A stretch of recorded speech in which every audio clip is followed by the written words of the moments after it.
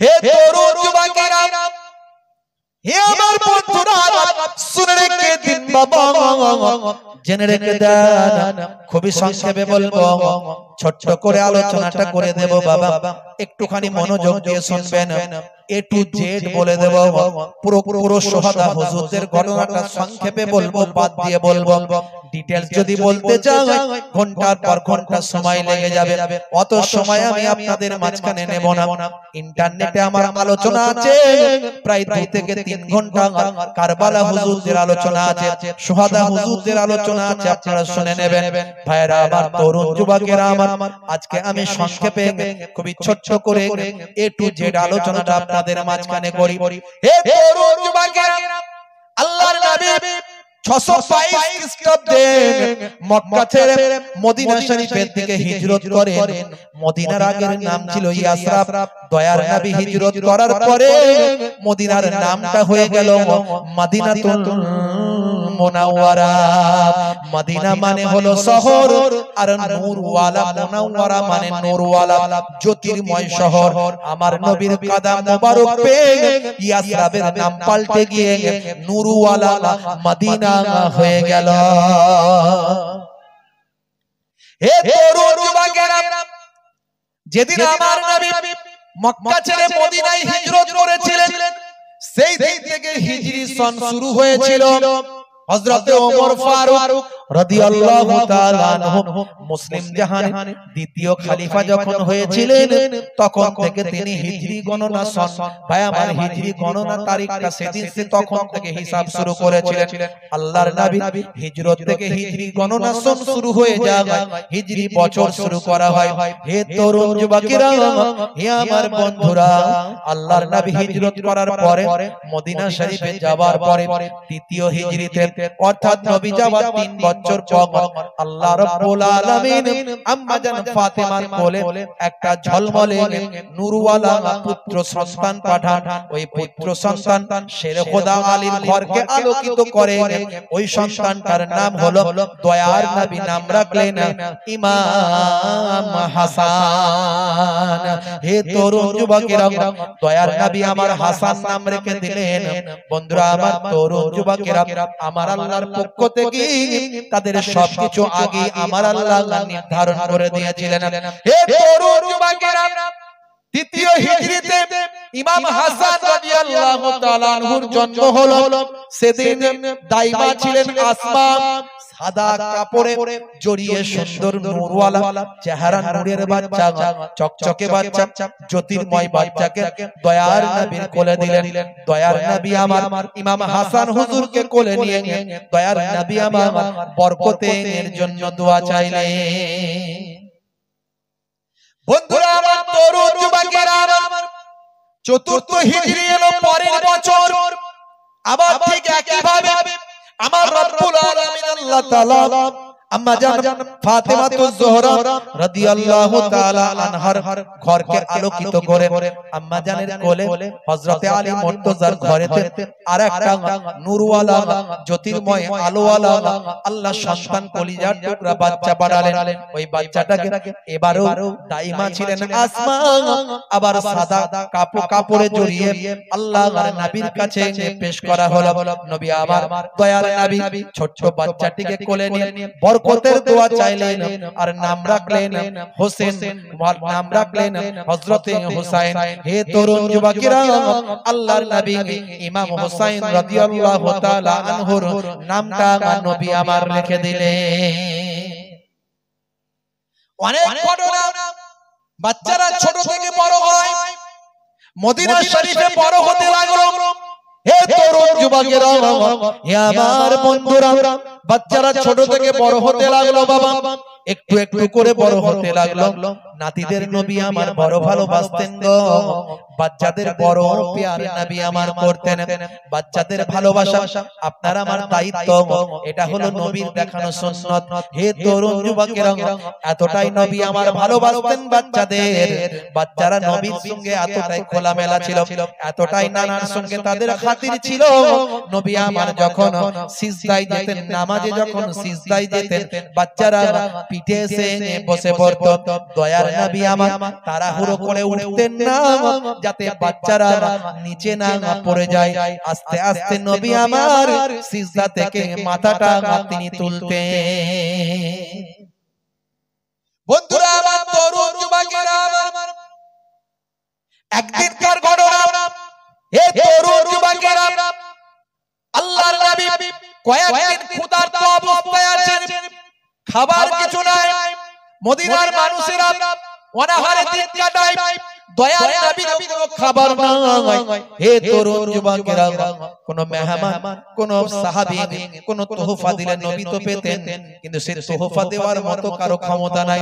আর দয়ার নবী কারো কাছে হাতও পাততে পারবেন না। নবী খানদান কারো কাছে হাত পাতা নিষেধ, নবী খানদান কারো কাছে হাত পাততে পারেন না। হে তরুণ যুবকেরা, আমার আল্লাহর দরবারে যদি দোয়া চাইতেন, আমার আল্লাহ বলেছিলেন, আয় আমার বন্ধু, আপনার কষ্ট আমি সহ্য করতে পারি না, আপনার দুঃখ আমি সহ্য করতে পারি না। আপনি যদি ধনী হতে চান, আপনি যদি ধন দৌলতের মালিক হতে চান, তাহলে আমি আল্লাহ আপনার জন্য মক্কার পাহাড় পর্বতগুলোকে, মদিনার পাহাড় পর্বতগুলোকে, এই আরবের পাহাড় পর্বতগুলোকে আমি আপনার জন্য সোনা রূপায় পরিণত করে দেব। সেদিন আমার নবী বলেছিলেন, না না না, আমার মাবুদ আল্লাহ, আমার সোনা আর রূপা পর্বত আমার চাই না, আমি ধনী হতে চাই না, আমি সম্পদশালী হতে চাই না। তার কারণ হলো কাল কিয়ামত পর্যন্ত আমার কোটি কোটি উম্মত উম্মতি আসবে, যারা বড় অসহায় হবে, যারা বড় দুঃখী হবে, যারা বড় গরীব হবে, যারা বড় দরিদ্র হবে, যারা অনাহারে অর্ধাহারে দিনটা কাটাতে লাগবে। সেদিন যদি আমি ধন দৌলতের মালিক হয়ে যাই, সম্পদশালী হওয়া হয়, তাহলে আমার উম্মতেরা কিভাবে বাঁচতে পারবে, কিভাবে তারা সবর করতে পারবে? তারা গরিবী নিয়ে তারা চিন্তা করবে।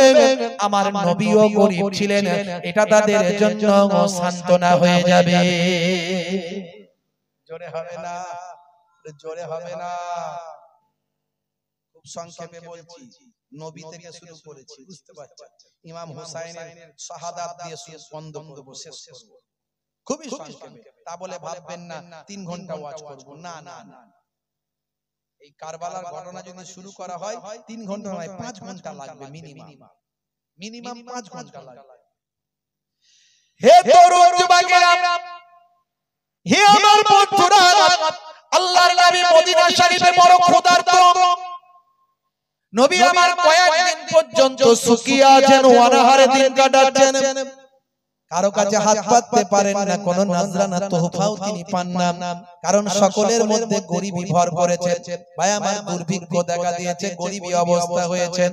হে তরুণ যুবকেরা, হে আমার বন্ধুরা, শুনে রেখে দিন বাবা, জেনে রেখে দিন বাবা, আল্লাহর নবী চিন্তা করলেন, কয়েকদিন বড় ক্ষুধার্ত, আর সহ্য করতে পারি না, আর থাকতে পারি না, দেখি একটু বেটি ফাতেমার বাড়িতে যাই। ফাতেমার বাড়িতে গিয়ে দেখি যদি তার বাড়িতে কিছু খাবার দাবার পাওয়া যায়, তার বাড়িতে যদি কোনো আহারের ব্যবস্থা হয়।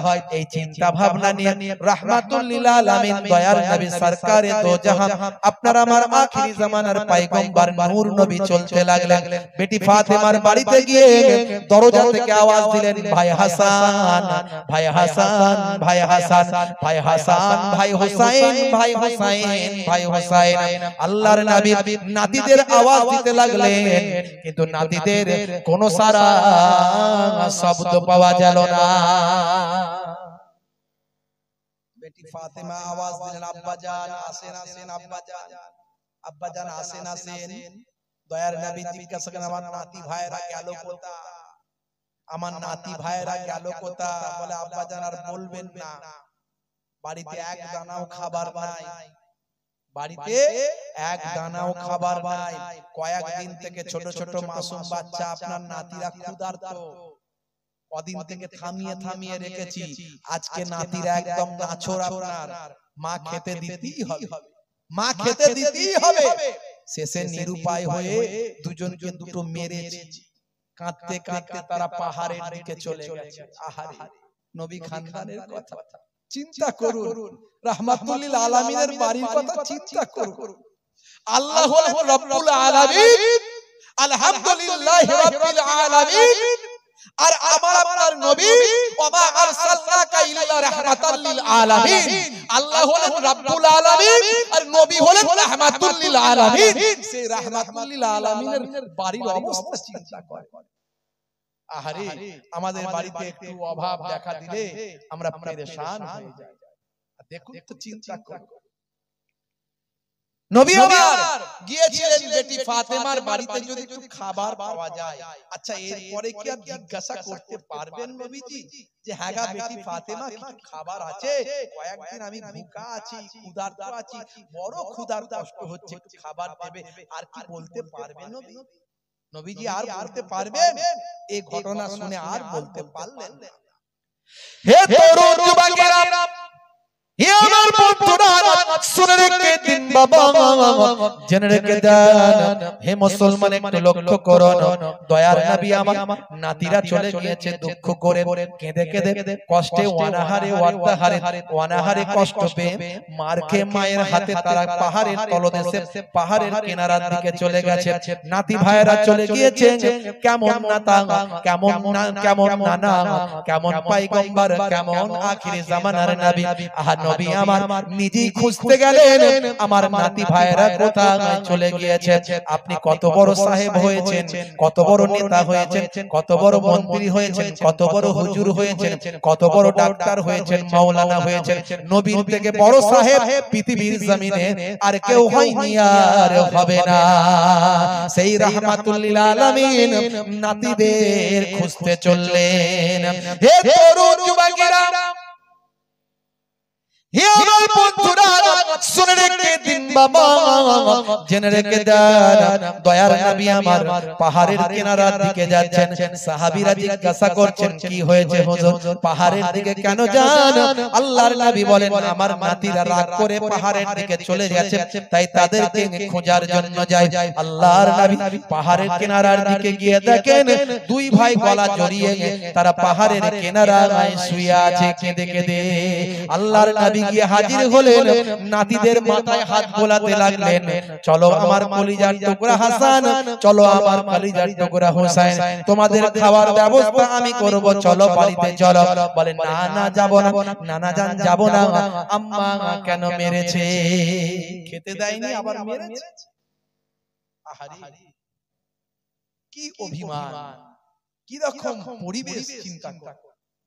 আল্লাহর নবী ভুলিয়ে নিয়ে আসলেন, বুঝিয়ে নিয়ে আসলেন, চুমু খেলেন, আদর করলেন, গায়ে মাথায় হাত বুলালেন।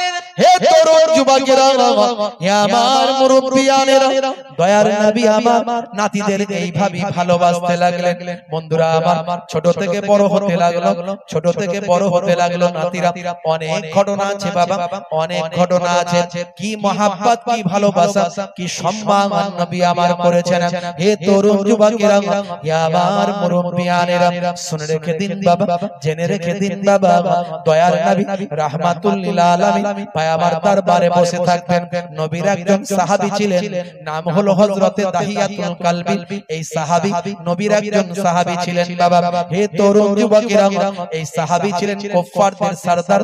ইসলাম আসার আগে, ইসলাম কমপ্লিট হওয়ার আগে, দয়ার নবী পায়াবার ইসলামের প্রচার প্রসার ঘটানোর আগে, আইয়ামে জাহিলিয়াতের যুগে মানুষ কন্যা সন্তান হলে জ্যান্ত হত্যা করে ফেলত।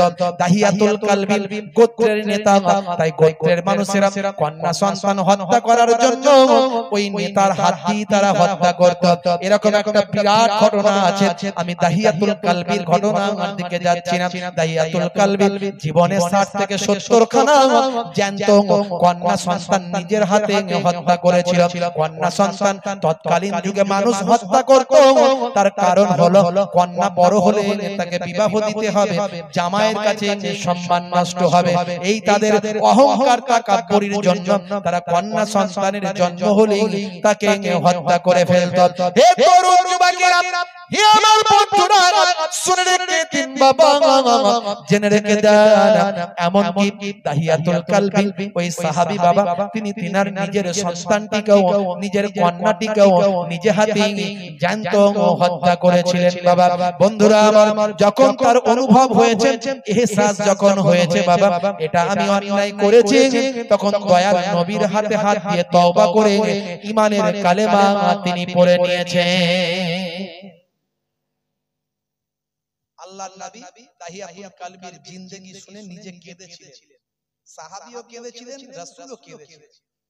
অনেক লম্বা ঘটনা, আমি সেটা বলতে গেলে অনেক সময় চলে যাবে। হে তরুণ যুবকেরা, নবীর সাহাবী হযরত দাহিয়াতুল কালবি ঝরঝর করে কেঁদেছিলেন, ইয়া রাসূলুল্লাহ, হাবিবাল্লাহ, আমার গুনাহকে আল্লাহ maaf করবেন। নবী আমার চুপ করেছিলেন, কোনো জবাব দেননি। নবী আমার উত্তর দিতে পারেননি। তখন তোমার গুনাহ আল্লাহ maaf করবেন কিনা, এত বড় পাপ, এত বছর ধরে পাথরের ইবাদত করেছো, এত বছর ধরে তুমি পাথরের ইবাদত করেছো, আর এতগুলো জীবন্ত কন্যা সন্তানকে নিজে হাতে দাফন করেছো, এমন কি নিজের কন্যা সন্তানটিকে, নিজের ফুটফুটে কন্যা সন্তানটিকে নিজে হাতেই হত্যা করেছো, তোমার গুনাহ maaf হবে কিনা আমি বলতে পারি না। নবী আমার চুপ করে আছেন। হে তরুণ যুবকেরা, আমার বন্ধুরা, এমন সময় ফেরেশতা জিবরাইল আলাইহিস সালাম দয়ার নবীকে এসে সালাম দিয়ে বললেন, ইয়া রাসূলুল্লাহ, হাবিবাল্লাহ, আপনার সাহাবী আগে ইসলামের বাইরে ছিল, মুসলমানের খাতা থেকে তার নামটা ছিল না, সে তখন অন্যায় করেছে না জানার কারণে, এখন সে ঈমান এনেছে, জানতে পেরেছে, এখন সে তওবা করেছে। ইন্নাল ইসলাম ইয়াহদিমু মা কানা কাবলাহু, দয়ার নবী বলেন ইসলাম মিটা দেতা হে আগলে গুনাহোं को। আল্লাহর নবী বললেন, ফেরেশতা জিবরাইল আলাইহিস সালাম খবর দিয়েছেন, ও বাবা দাহিয়াতুল কালবি, আমার আল্লাহ তোমার পূর্বের জীবনের জিন্দেগীর গুনাহগুলো maaf করেছে। জোরে হবে না? আর একটু জোরে হবে না? সেই সাহাবী আল্লাহর নবীর এমন আশিক ছিলেন, প্রায় প্রায় নবীর দরবারে আসতেন, প্রায় নবীর দরবারে আসতেন, আর যখন আসতে বাচ্চাদের জন্য একটু কি নিয়ে আসতেন, খাবার নিয়ে আসতেন, বাচ্চাদের জন্য একটু খাবার নিয়ে আসতেন। আহ, দয়ার নবীর আমার নাতিদের জন্য একটু খাবার নিয়ে যায়। আমার মনে আছে যখন আমি ছোট, ফুরফুরা শরীফে নানা বাড়িতে থাকতাম, আম্মা জান ওখানে থাকতেন, নানা জান তখন জলসায় যেতেন, আপনারা মুরব্বি মানুষরা মনে থাকবে, তখন তো এত জলসা ছিল না, এত বিশাল বিশাল ভাবে এইরকম লাইটিং করে এরকম মাইক দিয়ে এরকম ভাবে হতো না। তখন একটা এলাকায় একটা জলসা হতো, 10টা এলাকার লোক আসতো, সারা রাত ধরে জলসা হতো, বেলা পর্যন্ত জলসা হতো। নানা জান হুজুর পীর কেবলা যখন যেতেন, একসঙ্গে 3টে 4টে 5টা গাড়ি নিয়ে যেতেন, বুঝতে পারছেন? নানা জান যখন বাড়িতে ফিরতেন তখন আমি ছোট, আর আমার ছোট থেকে একটু অভ্যাস ছিল, আম্মা শিখিয়ে দিয়েছিলেন, তোমার নানা জান এলে একটু তাকবীর দেবে, দেখবে কাজ হবে, আর সত্যি কাজ হতো, তাকবীর দিলেই কাজ। নানা জানের চোখে পড়ে যেতাম, কে তাকবীর দিচ্ছে রে? না আপনার নাতি তাকবীর দিচ্ছে, মুহিবুল্লাহ। ও আচ্ছা, এদিকে এসো, এদিকে এসো। পকেটে ছিল 5 টাকা, 2 টাকা, 1 টাকা দিয়ে দিল, ওটাই লাভ। তাকবীর দিলি মালকড়ি পাওয়া যেত, বুঝতে পারছেন? মেহমানরা এলে দেখতে পেত নাতি পোতারা ঘুরছে, একটু খাবার টাবার নজরানা যা হতো পাওয়া যেত। আমার মনে আছে ছোটবেলা যখন আমার ওই বাড়িতে পীরনগর দরবারে যখন দাদা জানের ওখানে থাকতাম, দাদা জানের মুরিদরা যখন আসতো আমাদের জন্য একটু খাবার, একটু নজরানা কিছু নিয়ে আসতো, মনে আছে। এটা মহাব্বত, এটা ভালোবাসা। বেগাইরে মাসালাতিন ফাহুয়া হাদিয়াতুন, না চেয়ে যেটা দেওয়া হয় এটা হলো হাদিয়া। হাদিয়া হলো সুন্নতে নববী, জোরে বলুন সুবহানাল্লাহ। এই হাদিয়া দেওয়ার মধ্যে সওয়াব, হাদিয়া দেওয়াটা সুন্নতে নববী, বুঝতে পারছেন? এখন এক শ্রেণীর মানুষ এগুলোকে বলে চলবে না, বেদাত, অমুক তমুক নানা রকমের। ভাই তোরা তোদের বেদাত নিয়ে থাক, আমরা বেদাত কোনটা বলে সেটা জানি। বেদাত দুই প্রকার, বেদাত বারবার শুনেন না, বেদাত হলো দুই প্রকার, একটা হলো বেদাতে হাসানা আর একটা হলো বেদাতে সাইয়্যা। মনে রাখবেন বেদাত কাকে বলে? নবীর যুগে, দয়ার নবী পাকের যুগে যেটা ছিল না ইসলামের মধ্যে, নতুন যেটা হয়েছে সেটাই বেদাত। সেটাই হয়েছে নতুন, সেটা বেদাত। এবারে দেখতে হবে নতুন যেটা হয়েছে সেটা ইসলামের বিরুদ্ধে, ইসলামের বাইরে, না ইসলামের পক্ষে, কোরআন হাদিসের পক্ষে না কোরআন হাদিসের বিরুদ্ধে দেখতে হবে। যদি দেখা যায় এই বেদাতটার দ্বারাই ইসলামের উপকার আছে, কোরআন হাদিসের পক্ষে, তাহলে এই বেদাতটা করলে সওয়াব পাওয়া যায়, নেকি পাওয়া যায়। আর যে বেদাতটা করলে কোরআন হাদিসের বাইরে যাবে, বিরুদ্ধে যাবে, কোরআন হাদিসের বিপক্ষে যাবে, ওই বেদাতটা নতুন কিছুটা ইসলামের মধ্যে যদি কেউ করে সেটাই গুনাহ হবে। যেমন নবী পাক সাল্লাল্লাহু আলাইহি সাল্লামের জামানাতে দয়ার নবীর জামানাতে কোরআন মাজিদ একত্রিত করা হয়নি, সাহাবাদের যুগে একত্রিত হয়েছে। তাহলে নবীর যুগে তো হলো না, তাহলে এটা বেদাত তো বটে, বেদাতে হাসানা। সাহাবা হুজুরদের যুগেতেও কোরআন মাজিদের জের জাবার হরকত লাগানো হয়নি। হরকত, এই জের জাবার ছাড়া আপনি কোরআন মাজিদ পড়তে পারবেন? বলেন পারবেন? এটা নবীর যুগেও জের জাবার ছিল না, আর সাহাবাদের যুগেও জের জাবার ছিল না। এটা উমাইয়া পিরিয়ডে, উমাইয়া যুগে, উমাইয়া বাদশাদের আমলে তারা জের জাবার হরকত স্বরচিহ্নটা তারা লাগিয়েছেন। জোরে বলুন সুবহানাল্লাহ। এই বেদাতটার দ্বারাই বেদাতে হাসানা হয়, নেকি জনিত বেদাত হয়। এরকম হাজারো আছে।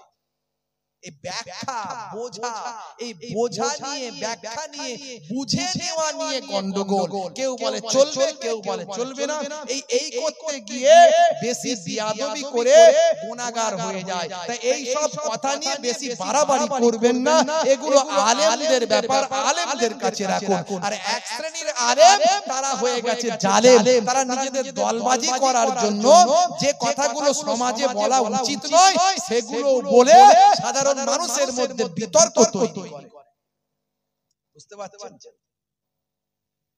আগে রাজমিস্ত্রির কাজ করতো, এখন হয়ে গেছে বিরাট বড় শায়েখ। বুঝতে পারছেন? ফতোয়া, খালি ফতোয়া, খালি ফতোয়া। আগে মোবাইল রিপেয়ারিং এর কাজ করতো, এখন হয়ে গেছে বিরাট বড় শায়েখ। খালি ফতোয়া, খালি ফতোয়া, ফতোয়া শেষ নাই। বুঝতে পারছেন? বাপেরা আমার, তরুণ যুবকেরা আমার, মুরব্বিয়ানেরা আমার, ওই সমস্ত বক্তাদের কথা শুনলে আপনি অসুবিধায় পড়ে যাবেন। ওই সমস্ত বক্তাদের কথা শুনলে আপনি অসুবিধায় পড়ে যাবেন। ভাইরা আমার, তরুণ যুবকেরা আমার, মুরব্বিয়ানেরা আমার, ভাইরা আমার, শুনে রেখে দেন, জেনে রেখে দেন। ওই সমস্ত বক্তাদের কথা শুনলে আপনার ঈমানের খাতরা এসে যাবে, আপনার ঈমানটা চলে যেতে পারে। ওই সমস্ত বক্তাদের কথা শুনলে আপনার ঈমানটা নষ্ট হয়ে যেতে পারে। বাপেরা আমার, তরুণ যুবকেরা আমার, মুরব্বিয়ানেরা আমার,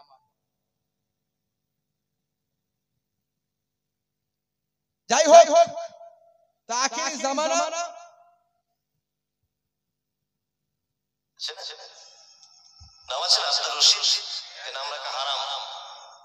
আবার বলছি, এক ধরনের বক্তা বেরিয়েছে বাবাজি, বলছে কি বলছে শোনেন। নাম রেখেছেন আব্দুর রশিদ, আছে না? নাম আছে আব্দুর রশিদ, এই নাম রাখা হারাম, চলবে না। বক্তা ফতোয়া দিচ্ছে, একদম নাই। গোলাম মাহমুদ নাম আছে না? আছে, নাম রাখা হারাম, চলবে না। জাহাঙ্গীর নাম আছে, চলবে না। শাহজাহান নাম আছে, চলবে না।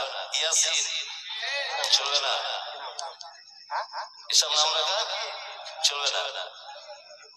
যে নামের অর্থ হয় না সে নাম রাখা ইসলামে নাজায়েজ, চলবে না। আল্লাহর নামের আগে আব্দু শব্দ লাগানো যাবে।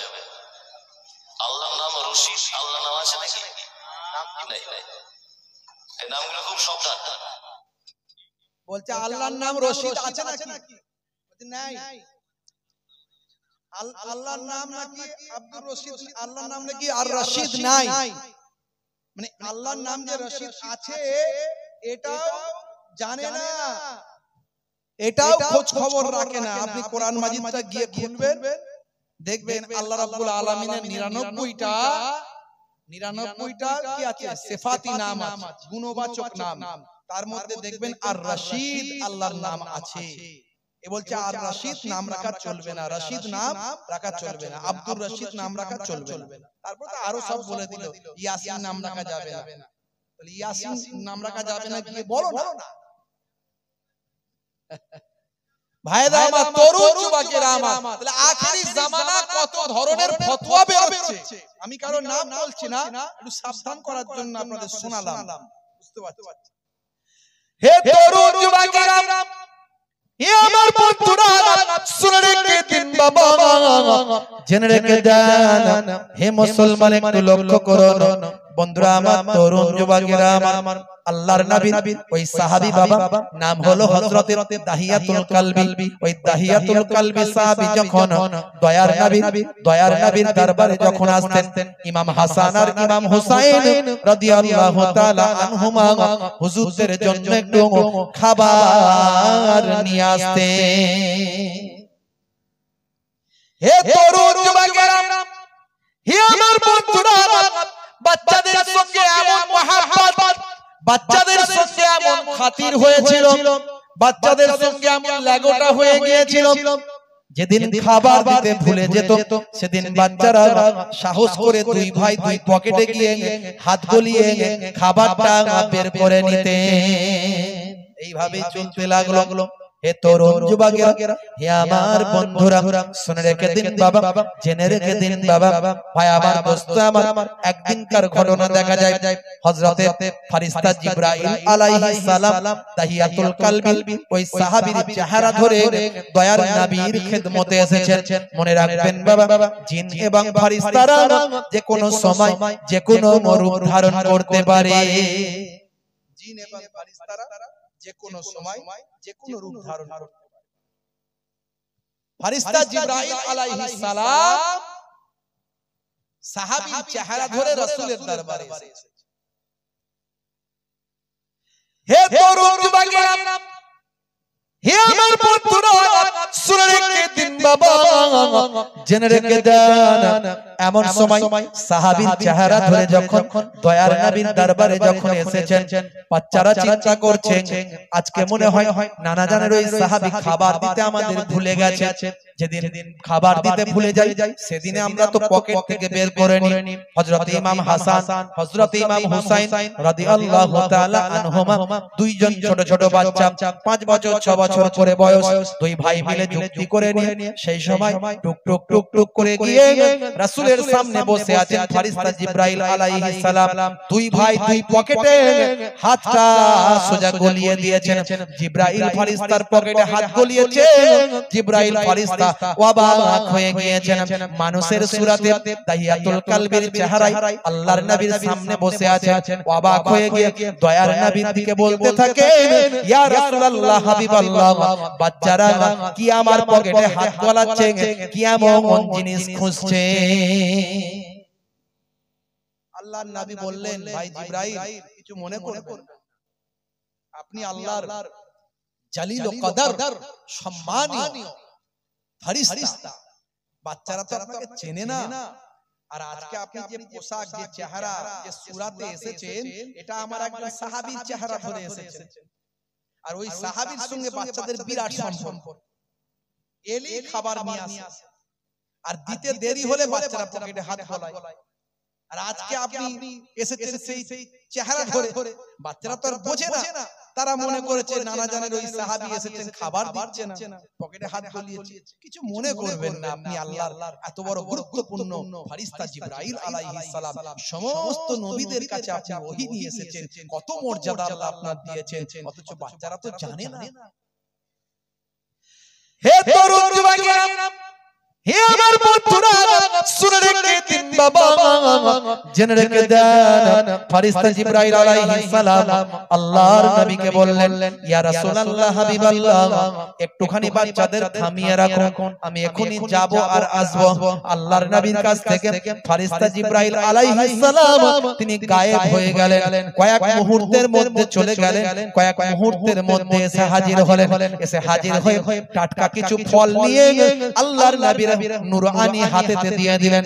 নুরওয়ালা বালা হাতেতে দিয়ে বললেন, ইয়া রাসূলুল্লাহ হাবিবাল্লাহ, আজকে আপনি বাচ্চাদের কোলে বসিয়ে দুই বাচ্চাকে আপনি খাবারটা খাওয়াতে থাকবেন, আর আমি জিবরাইল ফেরেশতা আমি বাচ্চাদের খাবার খাওয়া দেখতে থাকব।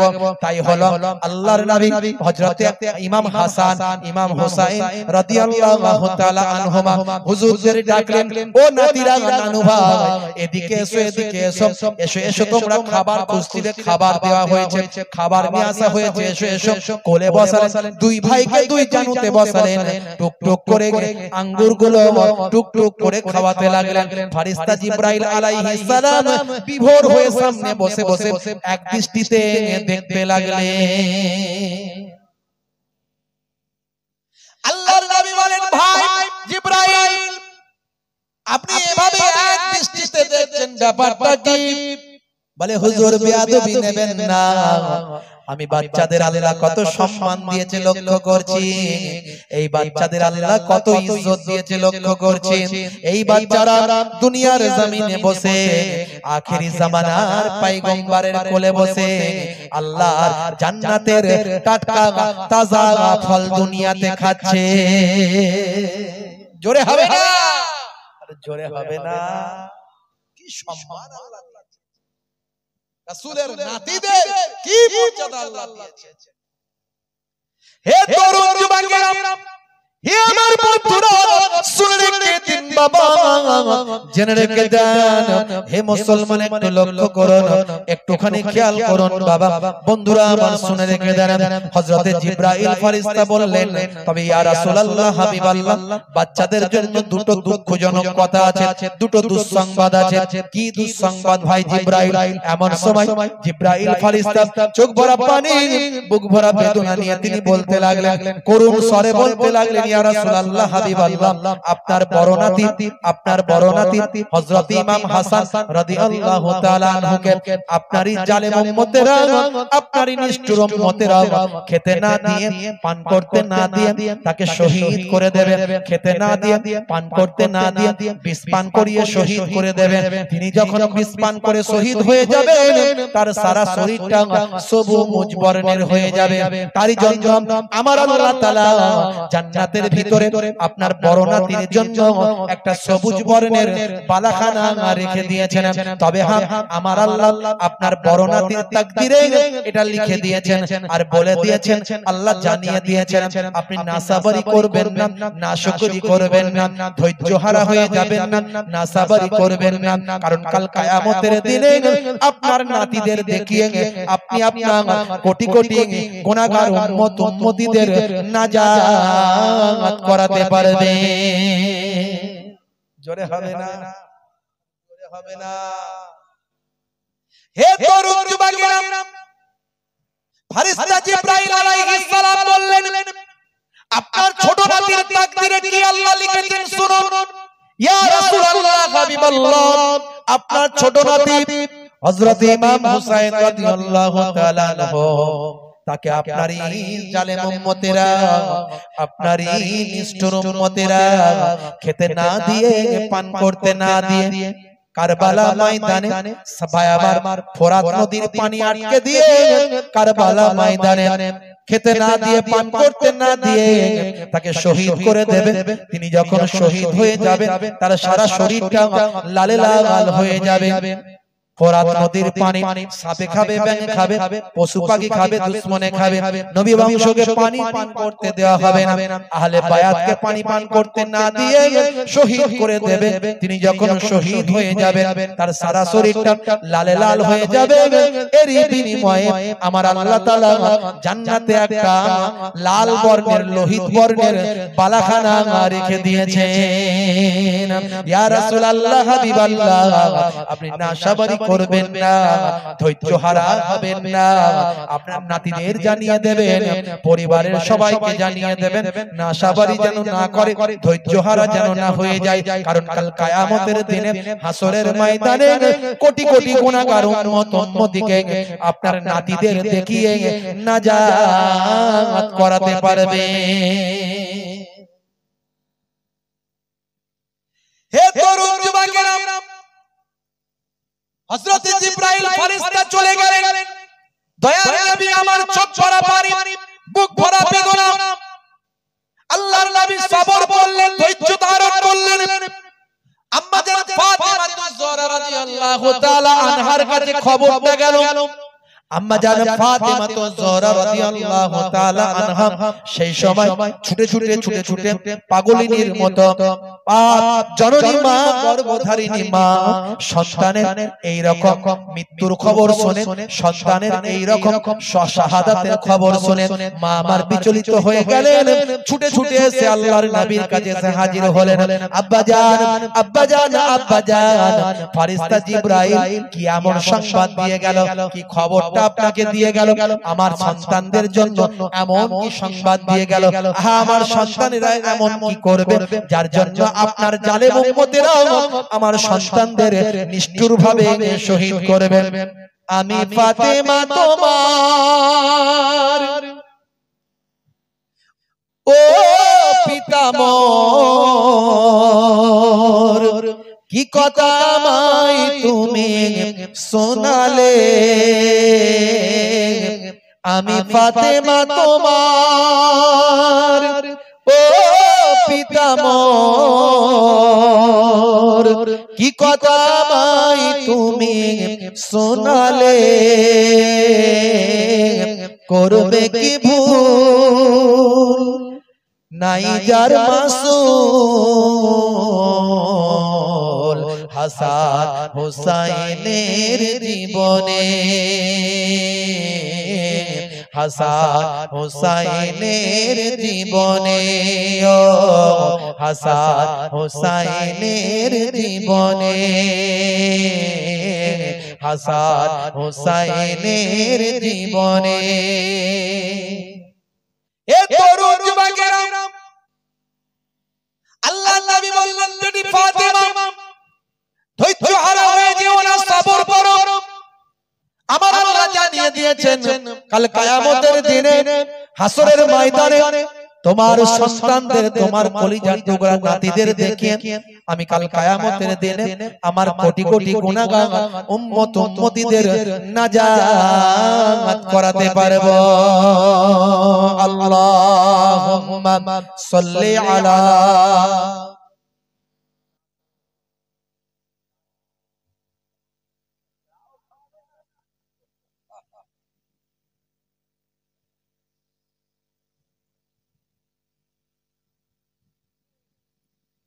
হে তরুণ যুবকেরা, খুবই সংক্ষেপ করে বলবো। কষ্ট হচ্ছে আপনাদের? রেহামুদান কষ্ট হচ্ছে কি? কারবালার ওয়াজ একটু শুনবেন? বাদশাহ দিয়ে বলবো 5 ঘন্টার ওয়াজ 1 ঘন্টায় শেষ, কিন্তু এ টু জেড বলে দিচ্ছি। বন্ধুরা আমার, তরুণ যুবকেরা আমার, মুরব্বি আলীরা আমার, আম্মা জান ফাতেমা তুজ-জোহরা রাদিয়াল্লাহু তাআলা আনহা চোখের পানি মুছে ফেললেন, মনকে শক্ত করে ফেললেন, মনকে শক্ত পাথর করে ফেললেন, চোখের পানি মুছে ফেললেন, ধৈর্য ধারণ করলেন, বলতে শুরু করলেন, আব্বা জান সবর করে নিলাম, সবর করে নিলাম, কিন্তু একটা কথা আপনার কাছে জানার আছে। কি কথা মা জানতে চাও? কি কথা মা জানতে চাও? আল্লাহর নবীকে বলেন, আব্বা জান, আব্বা জান, আব্বা জান, যেদিন আমার সন্তানদের উপরে কঠিন মুসিবতটা হাজির হবে আব্বা জান, সেই সময় কি আপনি তাদের নানা জান হায়াতে থাকবেন? নানা বেটি ফাতেমা, ও বেটি ফাতেমা, আমার কলিজার টুকরা নাতিদের উপর এক কঠিন মুসিবত যখন চলবে, আমি তাদের নানা জান, আমি আখেরি জামানার পয়গম্বর দুনিয়ার জমিনে থাকব না। হে তরুণ যুবকেরা, আম্মা জান আবার জিজ্ঞাসা করলেন, আম্মা জান ফাতেমা আবার জিজ্ঞাসা করলেন, আচ্ছা বলেন তো ও আব্বা জান, বলেন তো দেখি, সেই সময় কি আপনার জামাতা শেরে খোদা আলী মুর্তজা হায়াতে থাকবে? না না বেটি ফাতেমা, সেই সময় আমার জামাতা দুনিয়ার জমিনে থাকবে না। আচ্ছা আব্বা জান বলেন তো দেখি, আমি জননী মা, গর্ভধারিণী মা, আমি সন্তানদের কলিজার টুকরা মা, সেই সময় কি আমি ফাতেমা দুনিয়ার জমিনে থাকব? না না বেটি ফাতেমা তুমিও দুনিয়া আর জমিনে থাকবে না। আম্মা জান আবার ঠুকরে কেঁদে উঠলেন আর বলতে লাগলেন আব্বা জান তাহলে আমার সন্তানদের জন্য কে একটু শোক মানাবে, কে একটু চোখের পানি ফেলবে, কে একটু তাদের জন্য কান্না করবে, কে একটু তাদের জন্য মোনাজাত করবে, কে একটু শোকেতে সেই সময় শোক জ্ঞাপন কে করবে। আল্লাহর নবী বললেন ও বেটি ফাতেমা চিন্তা করো না, ভেবো না, কাল কিয়ামত পর্যন্ত আমার কোটি কোটি উম্মত উম্মতি দুনিয়া আর জমিনে থাকবে, আমার আশিক দুনিয়ার জমিনে থাকবে। কাল কিয়ামত পর্যন্ত তোমার সন্তানদের জন্য আমার কোটি কোটি উম্মত উম্মতিরা চোখের পানিতে বুকটা ভাসিয়ে দেবে।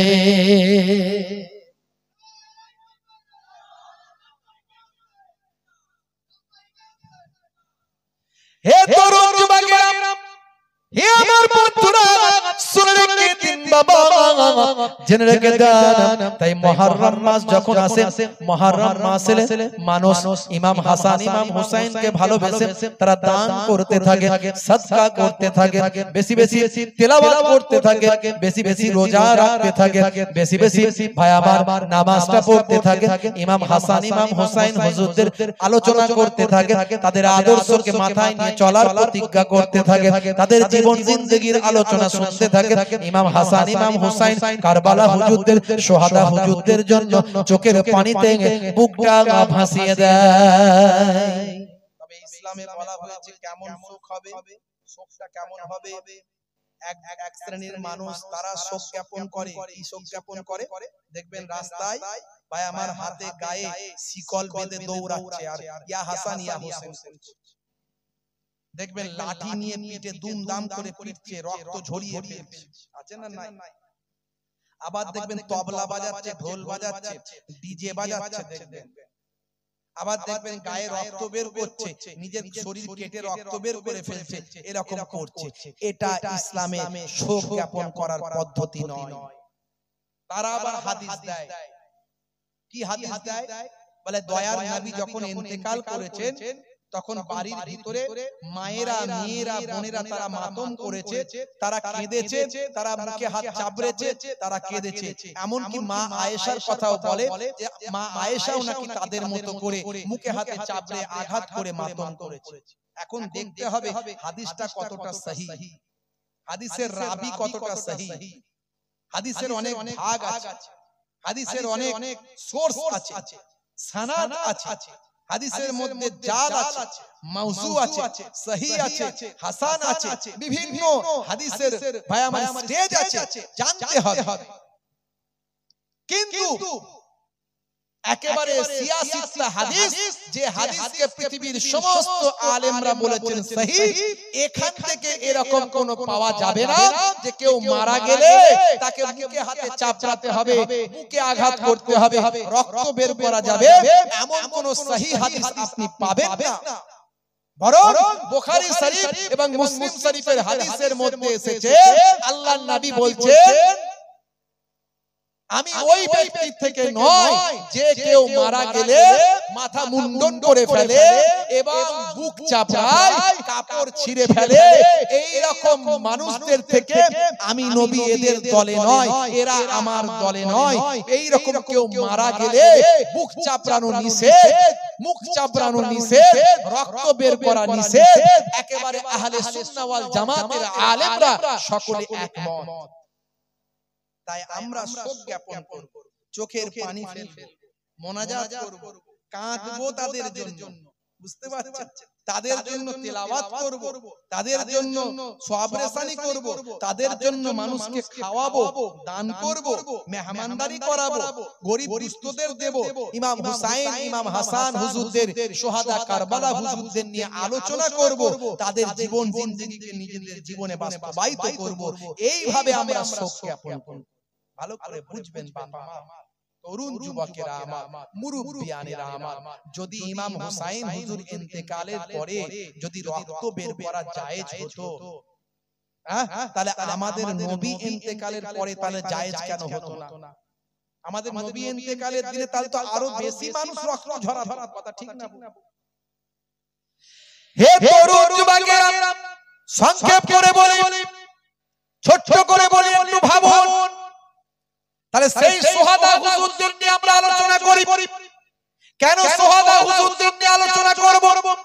এক শ্রেণীর মানুষ আবার বেরিয়েছে, তারা বলে এত সোহাদা হুজুরদের নিয়ে কেন আলোচনা করতে হবে, এত কারবালা কারবালা কারবালা নিয়ে কেন আলোচনা করার দরকার, এত ইমাম হাসান ইমাম হুসাইন নিয়ে এত আলোচনার কি দরকার?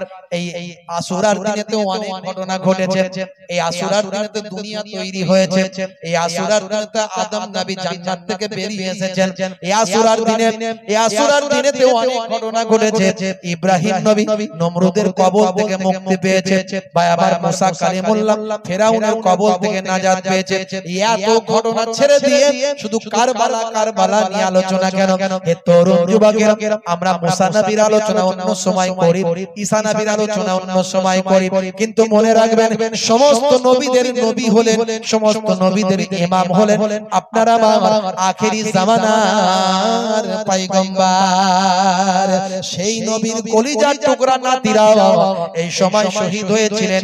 এই মুহররমের আশুরার দিনে সোহাদায়ে কারবালা হুজুররা নির্মমভাবে শহীদ হয়েছিলেন।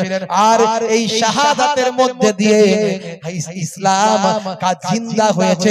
ইসলাম जिंदा होता है हर কারবালা के बाद। কারণ ইমাম হুসাইন হুজুরের হাত ধরে ইসলাম পুনরায় জিন্দা হয়েছে, নালে ইসলাম চলে গিয়েছিল এজিদের হাতে। এজিদ যেভাবে মানুষকে দিন শেখাচ্ছিল, তাতে সেই দিন আমরা এরকম পেতাম না।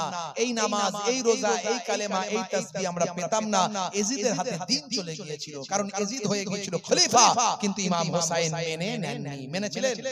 যদি মানতেন তাহলে তাদের শহীদ হতে হতো না, কিন্তু নিজেদের জীবন দিয়েছেন, জীবন দিয়ে শহীদ হয়ে ইসলামকে হেফাজত করেছেন। জোরে বলুন সুবহানাল্লাহ। নানাজানের হাত দিয়ে পরিপূর্ণ হওয়া ইসলামকে হেফাজতের জন্য ইমাম হুসাইন হুজুর কারবালা ময়দানে শাহাদাতের পেয়ালা পানি পান করেছে। বন্ধুরা আমার, তরুণ যুবকেরা আমার, হে আমার মুরব্বিয়ানেরা, শুনে রেখে দিন বাবা, জেনে রেখে দেন, ইমাম হাসান ইমাম হুসাইন হুজুর বড় হতে লাগলেন। বাবা বড় হওয়ার পরে তাদের শাদী বিবাহের ব্যবস্থা করা হলো। অনেক ঘটনা। বন্ধুরা আমার, তরুণ যুবকেরা, হে আমার মুরব্বিয়ানেরা, শুনে রেখে দিন বাবা, জেনে রেখে দিন বাবা, হে মুসলমান একটুখানি লক্ষ্য করুন। আল্লাহর নবীর ইন্তেকালের পরে হযরতে আবু বকর সিদ্দিক রাদিয়াল্লাহু তাআলা আনহু 2 বছর কয়েক মাস ভাই আমার খেলাফতি করেন।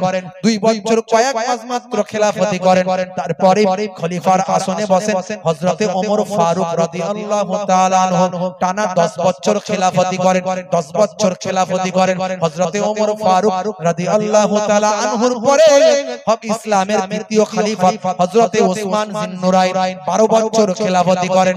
12 বছর খেলাফতি করার পরে তার ইন্তেকালের পরে হযরতে আলী মুর্তজা কারামাল্লাহু ওয়াজহু তিনি 5 বছর কয়েক মাস খেলাফতি করেন।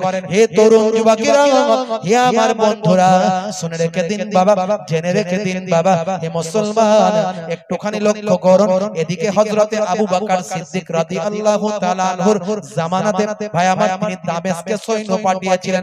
দামেস্কে যখন সৈন্য পাঠিয়েছিলেন, সেই সৈন্য দলেতে আমিরে মাবিয়াও সঙ্গে ছিলেন। এক শ্রেণীর মানুষ আবার আমিরে মাবিয়া সম্পর্কে বাজে কথা বলে, কটূক্তি করে, আমিরে মাবিয়া কটূক্তি করে। এক শ্রেণীর মানুষ, মনে রাখবেন, আমিরে মাবিয়া হুজুর একজন সাহাবী ছিলেন, একজন সাহাবী ছিলেন। তিনি নবী পাকের জামানায় রাসূলের জীবন দশায় একজন কাতেবে ওহী ছিলেন, যিনি আসমান থেকে যখন আল্লাহর ফেরেশতা জিবরাইল আলাইহিস সালাম এসে কোরআন মাজিদ শুনিয়ে দিত, যারা লেখার দায়িত্বে ছিলেন তার মধ্যে একজন হলেন হযরতে আমিরে মাবিয়া রাদিয়াল্লাহু তাআলা আনহু। একজন কাতেবে ওহী ছিলেন, ওহীর লেখক ছিলেন। শুধু তাই নয়, আল্লাহর নবীর কে দীর্ঘদিন ধরে তিনি দেখেছেন, সোহবতে থেকেছেন, একজন সাহাবী ছিলেন। ভুল বোঝাবুঝি হতে পারে, কিন্তু আমিরে মাবিয়া সম্পর্কে কটূক্তি করলে তার ঈমান থাকবে না। এটা হলো আহলে সুন্নাহ ওয়াল জামাতের মানুষের আকীদা, উলামাদের আকীদা। তার ছেলে এজিদ সে পথভ্রষ্ট হয়ে গিয়েছিল। এজিদের সম্পর্কে বিভিন্ন বক্তব্য আছে ইমামদের মধ্যে, কেউ বলেছেন ফাসিক, কেউ বলেছেন কাফির। বুঝতে পারছেন? এদিকে ইমাম হাসান ইমাম হুসাইন রাদিয়াল্লাহু তাআলা আনহু তারা বড় হচ্ছেন, বিবাহ শাদীর ব্যবস্থা করা হয়েছে। ইসলামের বিবাহ হচ্ছে সরল, ছোট, সহজ। ইসলামের বিবাহ সহজ। অনেকে মনে করে বিয়ে করতে হবে, অনেক খরচা হবে, তাই বিয়ে করব পরে, এইভাবে তাদের যৌবনকে নষ্ট করছে, অশ্লীল পথে চলে যাচ্ছে। ভাই আমার, দোস্ত আমার, অন্যায় পথে নিজেদের জীবনকে চালিত করছে। ইসলাম বলছে না, তোমার বিবাহের বয়স হলেই তুমি বিবাহ করো। তোমার মধ্যে যদি গরিবী থাকে, আল্লাহর কাছে সাহায্য চাও, বিবাহের বরকতে আমার আল্লাহ তোমাদের ধন দৌলত পরিপূর্ণ করে দেবে। সারা পৃথিবীর নামি দামি সেলিব্রিটিদের সব দাওয়াত করেছিল বিয়েতে, ছেলের বিয়েতে। 3খানা স্পেশাল ফ্লাইট, স্পেশাল জেট, 3খানা স্পেশাল জেট সারা বিশ্বের বিভিন্ন সেলিব্রিটিদের শুধু নিয়ে আসা নিয়ে যাওয়া করেছে। এর জন্য ঘন্টায় 7,000 টাকা করে নিয়েছে, 7 লাখ টাকা করে নিয়েছে এক ঘন্টায়। 1 ঘন্টায় 7 লাখ টাকা। এই প্লেন গুলো সেলিব্রিটিদের নিয়ে আসবে। কারা কারা এসেছিল জানেন? কে আসেননি এটা বলেন? কে আসেনি এটা বলেন? ভারতের প্রধানমন্ত্রী থেকে শুরু করে অন্যান্য জায়গার মুখ্যমন্ত্রী থেকে শুরু করে একেবারে জন সিনহা থেকে শুরু করে টনি ব্লেয়ার থেকে শুরু করে মাইক টাইসন থেকে শুরু করে আপনার কি বলবো আর কজনের নাম বলবো, শাহরুখ খান, সলেমান খান থেকে শুরু করে এমন কোন সেলিব্রিটি ছিল না যে সেখানে এসেছিল। অনেকে মনে করে বিয়ে করতে হবে, অনেক খরচা হবে, তাই বিয়ে করব পরে, এইভাবে তাদের যৌবনকে নষ্ট করছে, অশ্লীল পথে চলে যাচ্ছে। ভাই আমার, দোস্ত আমার, অন্যায় পথে নিজেদের জীবনকে চালিত করছে। ইসলাম বলছে না, তোমার বিবাহের বয়স হলেই তুমি বিবাহ করো। তোমার মধ্যে যদি গরিবী থাকে, আল্লাহর কাছে সাহায্য চাও, বিবাহের বরকতে আমার আল্লাহ তোমাদের ধন দৌলত পরিপূর্ণ করে দেবে। আর তোমরা সঠিক পথে চলো। আপনারা জানেন ইন্টারনেটে একটা বিবাহ নিয়ে ভাইরাল হয়েছে। কার বিবাহ জানেন? বোম্বাইয়ে বিবাহটা হলো। নাম হচ্ছে ভাই আমার দোস্ত আমার, 2 জন মুকেশ আম্বানির ছেলে। আপনারা নাম জানেন কি নাম? আদিত্য আম্বানি আর নীতা আম্বানি ওর মা। ভাইরা আমার, তরুণ যুবকেরা আমার, আর রাধিকা মার্চেন্ট, এই বিবাহ হলো। এই বিবাহতে 7,000 কোটি টাকা খরচা হয়েছে। কত কোটি টাকা? 7,000 কোটি টাকা। মুকেশ আম্বানি কত টাকার মালিক জানেন? 115 বিলিয়ন মার্কিন ডলার। মানে কত হাজার কোটি বলা মুশকিল। আর এই যে জিও মিও হাবি জাবি সব করছে, বুঝতে পারছেন? বাজার সব ধরে নিচ্ছে, ঠিক টাইমে বাড়ি দিচ্ছে, সামলাও এবার ঠেলা। বুঝতে পারছেন? এখন লোক বলছে এই আপনার বিএসএনএল নেব, বিএসএনএল নেব। বুঝতে পারছেন? খুব লাইন কিছুদিন সরকারি জিনিস চাই এবার। আবার কিছুদিন পরে আবার অন্য লাইন অফার দিলেই মানুষ তো সুবিধা পাচ্ছে। আবার ওই একটা গেমের আড্ডা আছে, ধরেন গেম, অ্যাবেটো গেম। আদিত্য আম্বানি সেও বলছে যে আমি এই গেমটা খুব ভালোবাসি, এই গেমটা যদি কেউ ডাউনলোড করে খেলে শুধু লাভই হবে, মিসকানার হবে। এত টাকা করে পাবে, 5 গুণ পাবে, হাই 2 গুণ পাবে। একবারও বলছে না যে হেরে যাবে। মাও নীতা আম্বানিও সে অ্যাড করছে, বাপও অ্যাড করছে, শাহরুখ খান অ্যাড করছে। খালি বলছে অ্যাবেটো গেম লেট করো। এই মোবাইল খুললেই জ্বালা যন্ত্রণায় অস্থির। অ্যাড শুধু অ্যাড। বুঝতে পারছো? ওই যে মাঝে মাঝে আমি ওই সব বন্ধ করে রেখে দিই, সব অপশন বন্ধ। বুঝতে পারছো? ভাইরা আমার, তরুণ যুবকেরা আমার, সচিন টেন্ডুলকারের মতো একজন ক্রিকেটার, সেও বলছে অ্যাবেটো ডাউনলোড করো, গেম লোড করো। আচ্ছা ভাই, সবাই যদি গেম লোড করে শুধু লাভ করবে, ইনকাম করবে, তাহলে দোকানদানি ব্যবসা বাণিজ্য করার দরকার নাই, গেম খেললেই তো সংসার চলবে। কথা ঠিক না? আরে গেম খেললেই তো ইনকাম হবে, কিন্তু হবে কি? হ্যাঁ, কোটি কোটি লোকের লস হয়ে যাবে। খালি লোড করবে, দেখবে খেলতে তো পারবে না, লাভও পাবে না, সব লস হয়ে গেল। আর দু চারজন খেলে তারা ইনকাম করবে, বিরাট ব্যাপার। ভাইরা আমার, এই মানুষকে বোকা বানিয়ে ধোঁকা দিয়ে ইনকাম করে কি লাভ? যুব সমাজ ধ্বংস হয়ে যাচ্ছে গেম খেলে খেলে। ফ্রি ফায়ার, পাবজি, অনলাইন নানা রকমের এই সব নিয়ে পেরেশান। কাজ নাই, কর্ম নাই, পড়াশোনা নাই, ব্যবসা নাই। ভাই আমার, পিতামাতার অবাধ্য, রাত দিন শুধু কম্বলের ভিতরে, চাদরের ভিতরে দরজা লাগিয়ে দিয়ে সব জায়গাতে, কোথায় বাঁশ বাগানের ধারে, পুকুরের পারে, নদীর ধারে, সব জায়গাতে শুধু গুলি চালিয়ে যাচ্ছে। তো ঢিডি ঢিডি ঢিডি ঢিডি ঢিডি ঢিডি কি রে ভাই? বলছে ফ্রি ফায়ার, পাবজি খেল খেল, বলে বিরাট ইনকাম হচ্ছে ওখানে। ভাই রে ভাই, আমি এর আগে বলেছি এই অনলাইন গেম গুলো খেলা হারাম। আজও বলে যাচ্ছি হারাম। বলবেন কি করে? কারণ এটা হলো নেশা। আল্লাহর নবী বলেছেন কুল্লু মুসকিরিন হারাম, প্রত্যেক নেশা হলো হারাম। কোরআন মাজিদে আল্লাহ রাব্বুল আলামিন বলেছেন ইন্নাল মুবাসসিরিনা কানু ইখওয়ানাশ শায়াতিন, যারা অপচয় খরচা করে, অপচয় যারা নষ্ট করে, ব্রেন নষ্ট, বুদ্ধি নষ্ট, সময় নষ্ট, পয়সা নষ্ট, ইন্টারনেট নষ্ট, ভাই আমার মোবাইলের চার্জ নষ্ট, এই অপচয় যা করছে, আল্লাহর কোরআন বলছে এরা সব শয়তানের ভাই।